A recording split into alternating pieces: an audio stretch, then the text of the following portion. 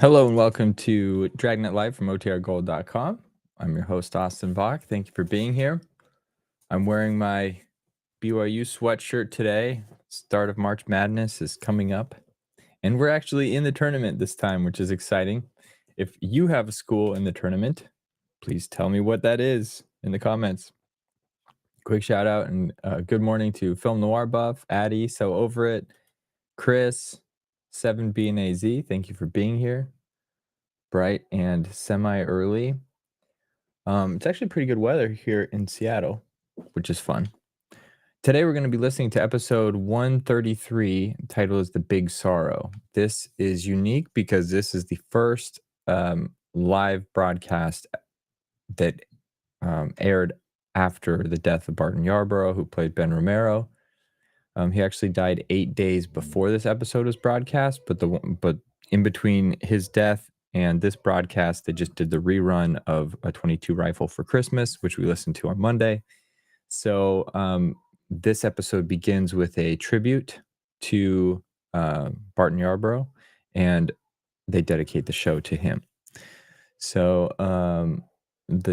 the specifics of the episode, or like the intro, is about two convicts escaping from a nearby state penitentiary in the early morning.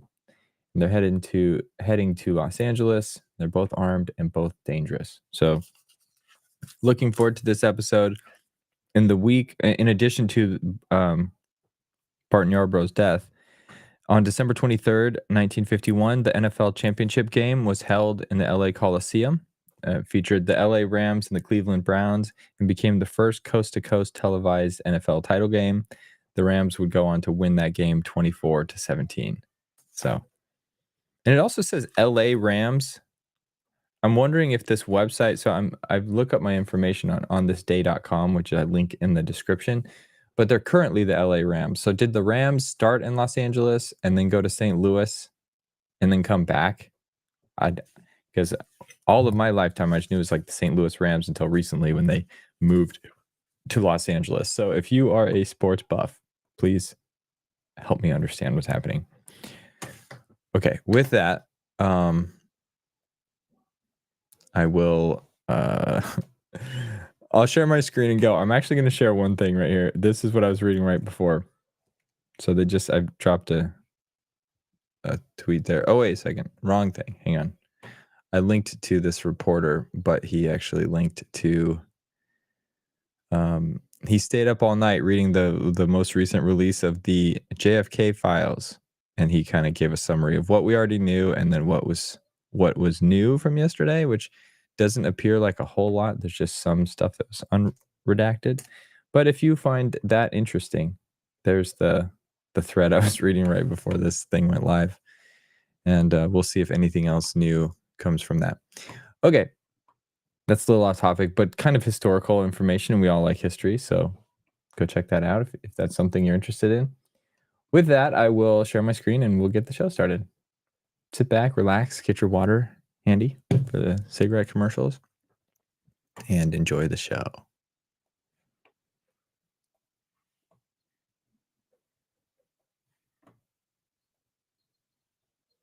Ladies and gentlemen,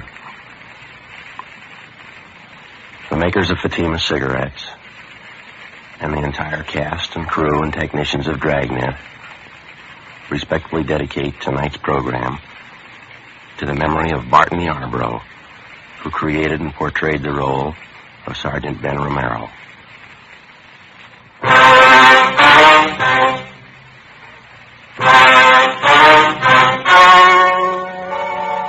The story you are about to hear is true. The names have been changed to protect the innocent. Fatima Cigarettes. Best of all, king-size cigarettes brings you Dragnet.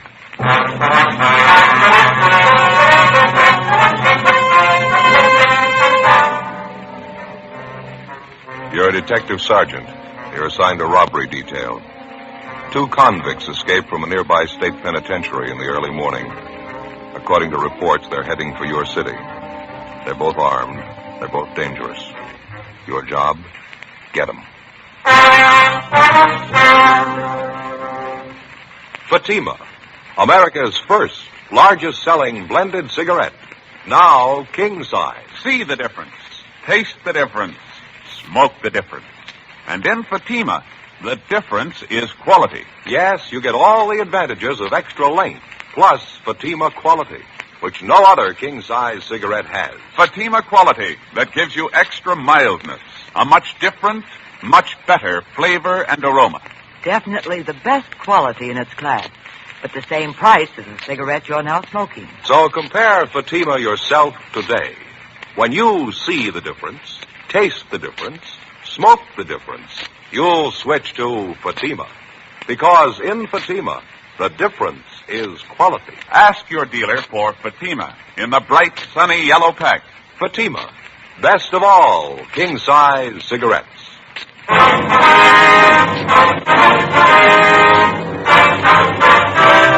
Dragnet, the documented drama of an actual crime. For the next 30 minutes, in cooperation with the Los Angeles Police Department, you will travel step by step on the side of the law through an actual case transcribed from official police files. From beginning to end, from crime to punishment, Dragnet is the story of your police force in action.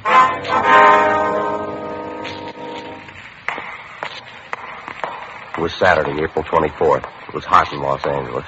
We were working the day watch out of robbery detail. My partner's Ben Romero. The boss is Captain Didion. My name's Friday. It was 5 minutes past 8 a.m. when I got to room 27A. Robbery detail. Morning, Joe. Hi, Crowley. How's it working out? Any more word on the escaped prisoner? Nothing this morning, no. Captain likes to see you, Joe. Okay. Ben check in yet? No. Getting a little late. Guess he was held up, huh? Captain wants to see you right away. Some bad news, Joe. Oh, what's the matter? Maybe it'd be better if he told you. Oh, all right. Oh, morning, Joe. Hi. Do you want to see me? Yeah, come on in. All right. Sit down. Yeah? Got some bad news, Joe. Real bad. What's the matter? I know how much it means. I wish I didn't have to be the one to tell you. Well, tell me what. Sorry, Joe. It's about Ben. Something's happened. Ben? Well, what do you mean? We were notified about it early this morning. I thought about calling you. Figured it'd be better if I told you in person. Well, what's the matter? Is Ben sick? He's dead, Joe. Ben's dead early this morning. What? Yeah, sorry. Heart attack happened a little after 6 o'clock this morning. No. Got out of bed, started dressing, go to work, went downstairs to put a pot of coffee on, make some toast. Wife heard him fall. She went downstairs and found him. Already dead. Went fast. Look, I don't get this. It couldn't be. Sorry, Joe. Means a lot to all of us. Yeah, well, I still don't get it. Ben didn't have any trouble with his heart. He never mentioned anything about it. Well, maybe that was the trouble. It was his heart, all right. When his wife found him, she called the doctor and the fire department rescue squad. They worked over him for an hour. No use. And his wife called me. Enough to tear your heart out. I can't believe it. What'd she say? Well, she didn't break out. Too shocked to realize it, I guess. Sounded apologetic. Said, "I'm sorry, Captain. This is Mrs. Romero. Ben died this morning. I thought you ought to know. Ben's dead." Oh, that's terrible. It's a lousy shame.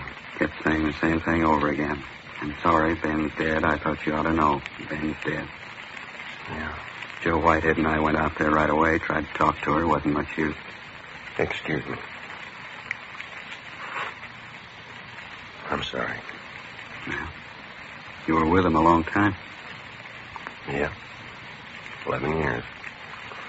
The day I came on the job, they assigned me as his partner.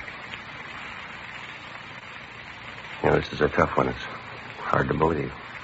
Tougher on his wife. If it's all right with you, I'd like to go see her. All right. I wish I could give you the day off, Joe. I know what it means to you. The escaped convicts thing, I just can't spare you. Yeah, that's all right. I just soon work. I figure I ought to talk to Amy, though. Might help to take the edge off it for her, maybe. Sure. Go ahead. Joe? Yeah. I know what it is. I've been on the job 19 years. Lost 2 partners. Good cops. One of them was killed in the line of duty. The other one worked at his job until he dropped. It's the same thing, Joe. Yeah. In my book, they both rate medals. I left the office and went down in the elevator alone. I got in the car and I started over for Ben's place. I thought about what I was going to say to his wife. I thought about his little boy. I thought about Ben. 11 years I'd been working as a cop. And all of a sudden it wasn't the same anymore. I thought about the first day I met Ben. I was a rookie. I remembered what he taught me about being a cop. I thought about how much I owed him. I thought about the thousands of cops just like him all over the country. The ones that came before us, the ones that'll take our place. I thought about their lives and their homes and their families, what they meant, what their jobs meant. I thought about Ben. 11 years. Stakeouts, the early morning watch, interrogations, office duty. You could cover it in volumes or you could write it in the back of an envelope. He was a good cop and he was a good friend. There wasn't much else to say. It was a big loss. I stayed at Ben's house for about an hour talking to his wife. Joe Whitehead from the medical detail was there. All things considered, she seemed to be taking it fairly well. I told her I'd drop around later in the day, and then I checked back in at the office for work. Temporarily, Sergeant Ed Jacobs was assigned to work with me. The big problem at the moment was a pair of escaped convicts. Jacobs and I drove out to run down on a possible lead. 11:05 a.m., we got to the address listed, the Cathedral of St. Augustine. We checked in at the rectory, and then we went around to the church.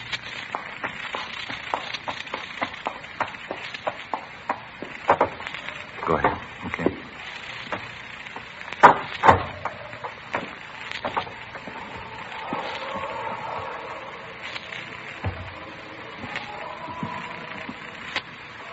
Sure a beautiful church, isn't it? Yeah, a nice choir, isn't it? Wonder if they're holding services. No, choir's probably just practicing. You see the priest around anywhere, Ed? Oh, yeah, there's someone over by the side altar there. Looks like the padre. Yeah, come on. Easter hymns. Sure pretty, aren't they? Yeah, they sure are. It really takes me back. You'd never believe it, Joe. What's that? I used to be a boy tenor. Excuse me, please. Yes? Are you Father Newman? Yes, that's right. Can I help you? Police officers, Father. I see. This is my partner, Sergeant Jacobs. My name's Friday. No problem. Housekeeper over at the rectory told us we could find you here. I'd like to talk to you for a few minutes if you got the time, Father. Let's see. I have confessions starting at 3 o'clock. Leaves me about 10 minutes. What was it about, Sergeant? Well, we're inquiring about a Stanley Blair, Father. We understand that you knew him fairly well. Oh, yes, I do. Matter of fact, I read about him in the paper this morning. The trouble he's in. Is that what you wanted to talk about? Yes, sir, that's right. We're making a check of all his known friends, his relatives. Very unfortunate, isn't it? Did the newspapers have the story correct? Yes, sir, I'm afraid so. Yeah, I wonder if we could step outside, Father. We could talk out there without disturbing anyone in church. Surely, Sergeant. This way, please. Thank you. Certainly a tragedy. I mean, happening at Easter time. I'll remember the boy in my mass tomorrow. Lord knows he can use some prayers. Yes, sir, I guess he can.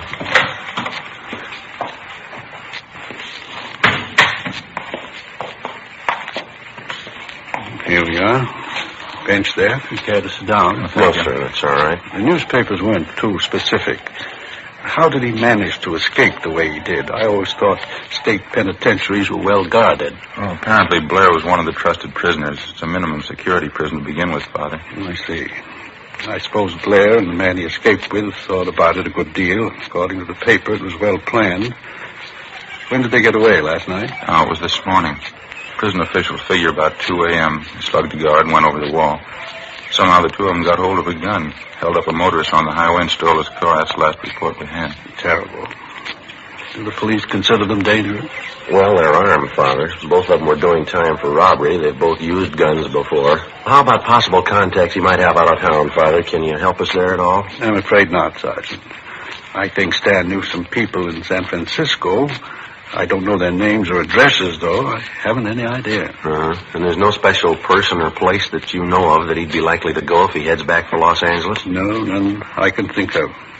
You imagine he'd be likely to come back here? We're not sure. Last report we had seemed to indicate Blair and his partner were heading this way. Prison's only about 40 miles away. Could be there in the city now. I don't understand. I mean, with all the police looking for them, why would they come back here? They probably figure they can find cover a lot easier than they could in some of the small towns. Sergeant. Yeah, Father. Do you think they'll have trouble taking Stan? I mean, can they take him alive? Well, we'll try our best to make it that way. It's like I told you, Father. He's got a gun. If he's cornered, there's a good chance he might try to shoot his way out. It gets discouraging sometimes. I try to help them. I pray for them. Young thieves. I only hope they're all as lucky as he was. How's that, sir? The grotto back there in the garden. Figure of a man in it. Oh, yeah. The statue of Bismarck. One of the luckiest men who ever lived. I like to tell fellas like Stan about him. I don't think I understand, Father. You know the story of the crucifixion, the two men who were crucified with Christ. They were both thieves. A few minutes before he died, one of the thieves turned to Christ on the cross, confessed his crimes, asked our Lord to remember him. Christ told him, "This day you'll be with me in paradise." The man's name was Disma. We like to call him the good thief. I told Stan about it right here in this courtyard. He should have remembered it. Yeah, I guess so. I told him you never give up hope. You can make the grade in the last 5 minutes of your life. Stan ought to know better. He ought to remember. Sir? The good thief. He made it with a prayer, not with a gun in his hand.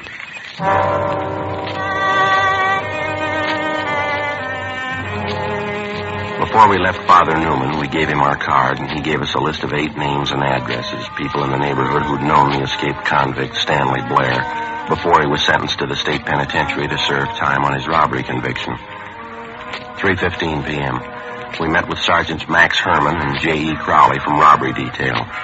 We divided the list of names in half, and we began checking them out. Ed and I didn't have much luck on our end. Most of the people we talked to told us that they knew Stanley Blair, but none of them had seen, heard from him, or knew anything about his activities or his family since Blair had gone to prison 2.5 years before. Stakeouts were set up at 2 of the hottest places. 5:20 p.m. Ed and I went back to the office. Crowley was waiting for us. No luck on our end, the same thing. Last they heard of him was when he was sent up. I guess that finishes that. Any late reports at all? Yeah, his teletype from the sheriff's office. It was waiting here when Max and I got back. Guess our hunch was right. Looks like they headed this way.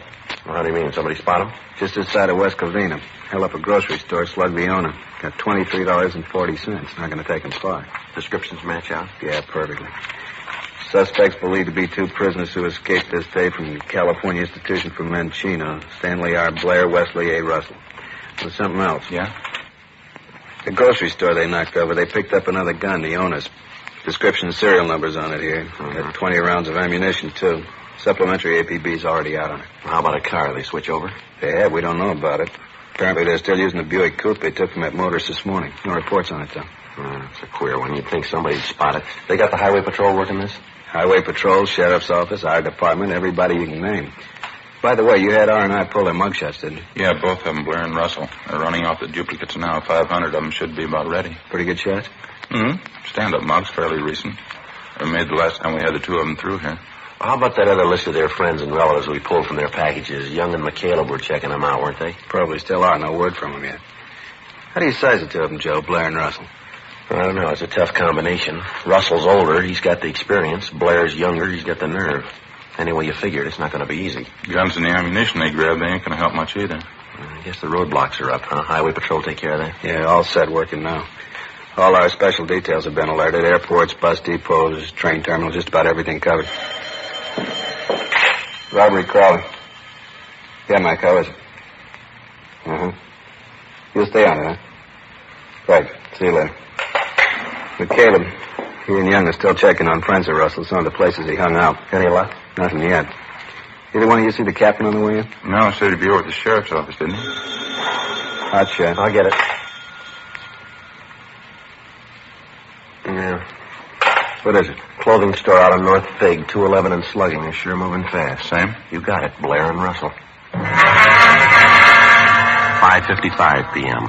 A supplementary broadcast and an all-points bulletin were gotten out immediately on the 2 escaped convicts. While Crowley and Herman stood by at the office, Ed Jacobs and I picked up duplicate mugshots of the suspects and drove out to the scene of the robbery, a men's clothing store near the intersection of North Figueroa and Merced. We showed a group of mugshots to the victim and 2 witnesses, and they definitely identified Blair and Russell as the hold-up men. The robbery had netted them less than $20. We relayed all the information we got back to communications immediately, and another supplementary broadcast was gotten out on the 2 fugitives. An hour later, at 7:05 p.m., Blair and Russell hit again, this time at a sporting goods store in the San Fernando Valley. It netted them $94, a .30-30 hunting rifle, and 200 rounds of ammunition. According to the broadcast, they were last seen heading north through the valley in the Buick Coupe, the original escape car. 7:38 p.m., Ed Jacobs and I got a call to return to our station. We went back to the city hall. Got a hunch, Joe. It's going to be a long night. Yeah, it's a rough one. Guns and ammunition. If they want to make a stand, they're all ready for it. Can't see how they can go too far in that hot car. A roadblock set up. Somebody's bound to stop them. Well, they're doing all right so far. Go ahead, Joe. Yeah. Friday, Jacobs? Yeah, Captain, you want us in here? Not for long. Keep your coats on. The rest of the men have already left. What's the latest? Yes. Communication from the Ventura Sheriff's Office. Blair and Russell were spotted just across the county line. Sheriff figures they got them boxed in. How close? A lot of territory, 20 square mile circle. Say they got Blair and Russell tied down inside and they're on foot. We're sending up men to help out. You're 2 of them. 20 square miles is going to take a lot of men. Well, if we need more, we'll get them. It's no easy touch. They're desperate. You heard the latest? No, what's that? Last place they hit in the valley, they served notice they're not going to be taken alive, either one of them. Well, that's good sales talk. What do they got to back it up? 3 guns and a load of ammunition. If we want to take them alive, they swear it'll cost us 10 men. They'll kill 5 cops apiece. You any ideas? Yeah. Let's make liars out of them.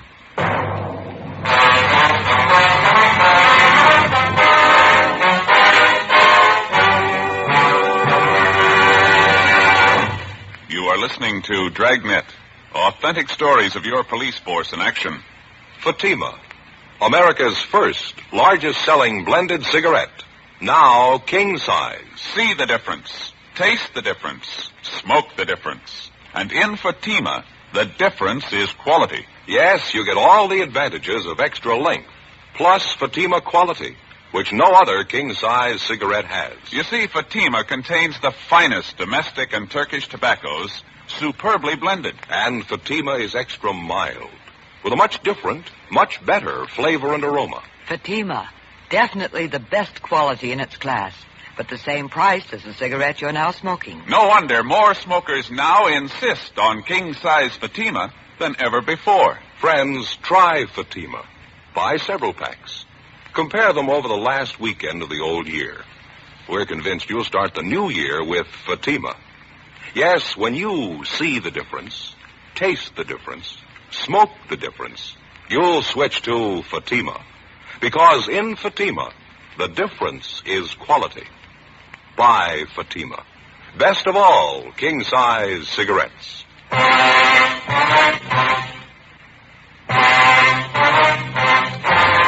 Saturday, April 24th, 9 p.m. Along with Captain Didion and a dozen other men from robbery detail, Ed Jacobs and I left the office and headed north up through the San Fernando Valley.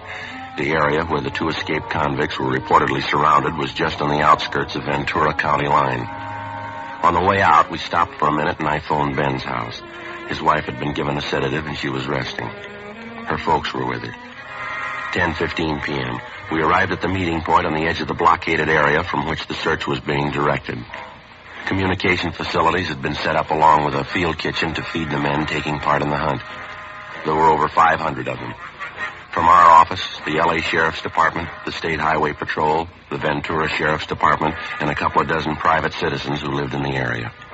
Together with Max Herman and Crowley, Ed Jacobs and I took up our position in the line of men that stretched north and east, then north again, circling the entire area. 20 square miles of it. The line drew slowly inward. 12 midnight. 1 a.m. No sign of the suspects. We stayed at it. You get no idea of the size of these hayfields till you start hiking them. Well, throw the light over there, will you, Ed? Irrigation ditch there. Right there? That it? Yeah. That's okay. a long hike. I'd sure like to see some of that hot coffee pretty soon. Yeah, same here. Nice setup they got, huh? That field kitchen? Yeah. Hey, Joe! Joe Brady! Yeah, Crawley? You got the riot gun, haven't you? Yeah, we got it. You want to send up another flare? Toward the clump of trees. Over this way. Light it up good, huh? Okay, Crawley. About a 45-degree angle, Joe. That ought to do it, huh? Yeah, okay. That ought to do it. Really lights it up, doesn't it? Yeah. You got any extra magnesium shells there, Ed? Yeah. Let me get one right here. Here you are. Thanks. There we go. Friday, that you? Yeah, Captain, over here. No use beating the brush here anymore. We're moving up 3 miles north. How come? Blair and Russell, they hit again, kidnapped an old couple from a farmhouse. They still on foot? Yeah, as far as we know, they're hemmed in a 2-square-mile area. They may try to break out, use the old couple for a shield. Well, where's that leave us? I don't know. You think they'd harm the old couple? They kidnapped them. They're desperate. You figure it. 1:45 a.m. All of the men in the search party were shifted north to the area where the 2 escaped convicts and their kidnapped victims were last seen. 2 officers were sent to each farmhouse in the immediate neighborhood to make sure that the suspects and their victims were not hid out or that they were being held as hostages. The officers were ordered to remain at the homes in the event that Blair and Russell might try to find cover. The searching party moved in slowly over the affected area. We knew for certain the suspects were still somewhere inside. 2:15 a.m. Still no sign of them. The lines drew in closer. 2:30 a.m. Can't be much longer, that's sure. Yeah, well, I can't understand it. We should have jumped them by now. It's only a few hundred feet to go. There's the other line closing in toward us. Wonder if they could have slipped through. Beats me, Ed. Who's that coming? Can you see? Yeah, looks like Crowley. Yeah, that's him. Joe? Ed? Yeah. Hi. Over here. You got any word? They found the old couple tied up in an irrigation ditch half a mile south of here. They all right? Yeah, they're okay. The old lady's forehead, bad head wound. She was slugged. She and her husband have been taken to the hospital. How about Blair and Russell? No word.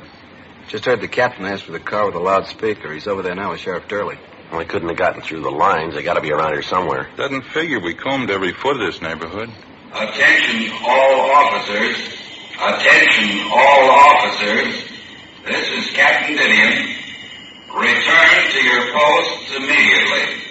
The search has been canceled. The search has been canceled.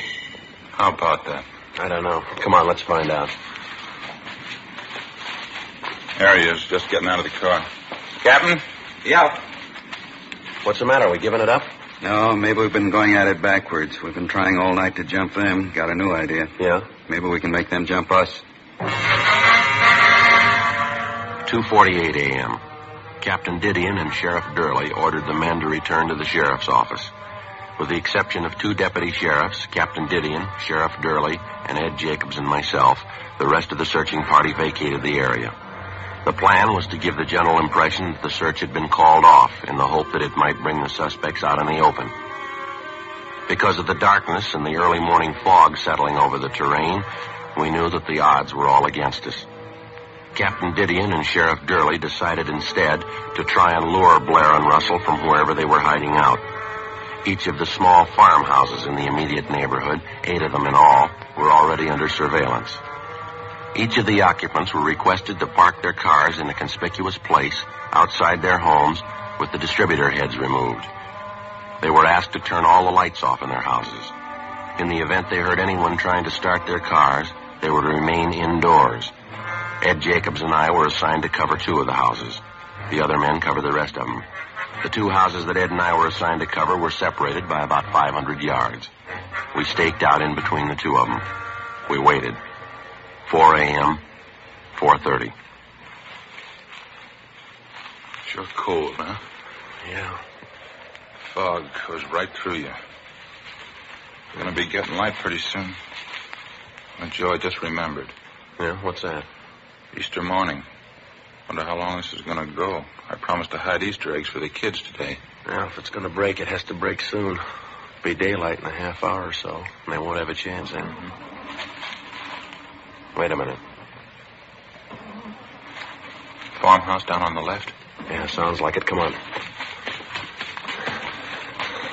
Can you see the car? Wait a minute. Yeah. You cover the passenger side. I'll come up on the driver's side. And watch it. Joe, hustle. They're getting out of the car. All right. Hold it up. Police officers. Watch it, Joe. Blair. Russell. You haven't got a chance. Throw down the gun. All right, Ed. Let's give it back. All right, don't shoot. Don't shoot. Throw out the guns. Come toward us with your hands open. Don't shoot, West. Do what they say. Come on out. Don't shoot, West. All right, come on. Keep coming. That's far enough. All right, cover him, Ed. I'll shake him down. Yeah. Don't break him. Look out, Joe. All right.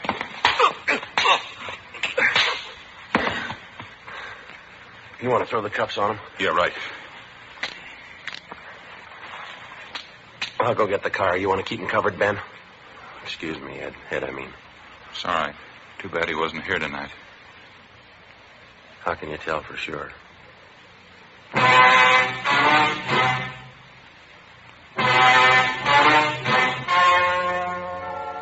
The story you have just heard was true. The names were changed to protect the innocent. On July 16th, trial was held in Superior Court, Department 88, City and County of Los Angeles, State of California. In a moment, the results of that trial. And now, here is our star, Jack Webb. Thank you, George Fenneman. Friends, we all hope that you enjoyed listening to Dragnet in 1951. We all like to think that you'll be with us during the new year. On our part, we hope to do two things. To bring you the kind of entertainment you want, and to introduce you to Fatima. Fatima, America's first largest-selling blended cigarette, now king-size. And believe me, it's the best of all king-size cigarettes. So next time, buy a pack of Fatimas. Compare them yourself.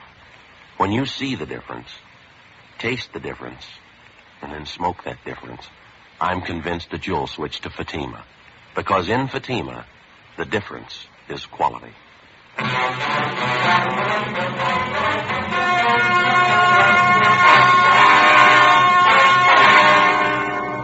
Stanley Blair and Wesley Russell were tried and convicted on 3 counts of first-degree robbery and 1 count of kidnapping. They received sentences as prescribed by law. First-degree robbery is punishable by imprisonment from 5 years to life. Kidnapping is punishable by imprisonment for not less than 1 nor more than 20 years. 1 count of escape is still pending.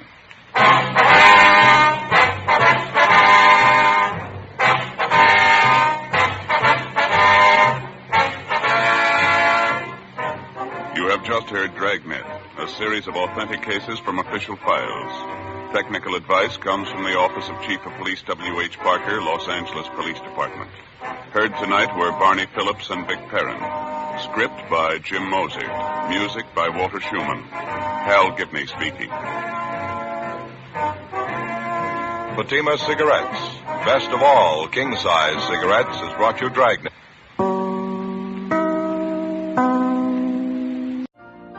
You've been listening to the OTR Gold Network.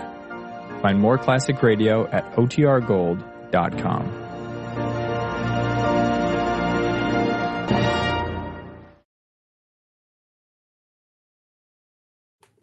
All right. I hope everyone enjoyed that one.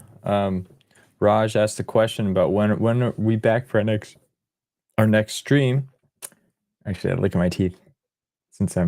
Then I'll just show you all my teeth, and then I won't worry about it. They're a little bit darker color. I've been swishing with water. I had all these blueberries. Look at this. Here's the evidence.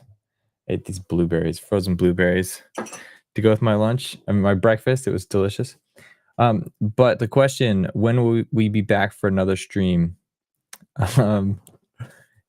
Tonight at 6 p.m. Pacific, we're doing the Members Choice live stream that used to be members only. Now it's Members Choice. So Addie's picked an episode of like the George and something and Alice show. What is it? I have it linked. I just have to go pull it up. It's this other old time radio episode that I've never listened to, but Addie recommends it. It features Sam Spade, the detective character, and we're going to listen to it tonight. So it's Addie's recommendation. We will listen to that at 6 p.m. And then Friday morning at 9 a.m. Pacific. We'll be back here listening to episode 134, which is the first part of a 2-part story. So we'll hear that one on Friday, and then we'll finish the story on Monday. But yeah, Raj, we're here every Monday, Wednesday, and Friday at 9 a.m. Pacific. So I don't think you're in the Pacific time zone, but whenever that hour is, it's consistent throughout the week. So hope to see you on more of them. I don't have anything else to share right now. Just want to say thanks for being here, and I hope to see you tonight. Until then, have a great one. Oh, Gracie Allen, the George and Gracie Allen show. Thank you, Mary, for sharing that. And then Addie says Howard Duff as Sam Spade on George and Gracie. What could be better? I don't know, maybe Dragnet, but we'll see. Anyway, that was all in jest. I'm excited to hear this. And thanks for the recommendation, because I like this. There's so many old time radio episodes, and just like modern TV, I think there's a range of quality on some of these things. Some are great, some are just like so. So when people recommend episodes that they really like, I get excited, because then I don't have to like comb through a bunch of other stuff to find like those nuggets of great things. So I'm excited to hear this episode tonight, and I have heard some of Sam Spade, and I like that. Oh, Life with Roscoe. Yeah, for a second when I saw this comment, I thought, did they pop up here in the chat and I hadn't seen them? No, they're not here in chat, but let's highlight this at the end. Thomas and Life with Roscoe, if you guys are catching the replays, we hope you're doing well. Hope to see you in the comments in a future episode. Until then, have a good one, and hope to see you on our next stream. Ciao.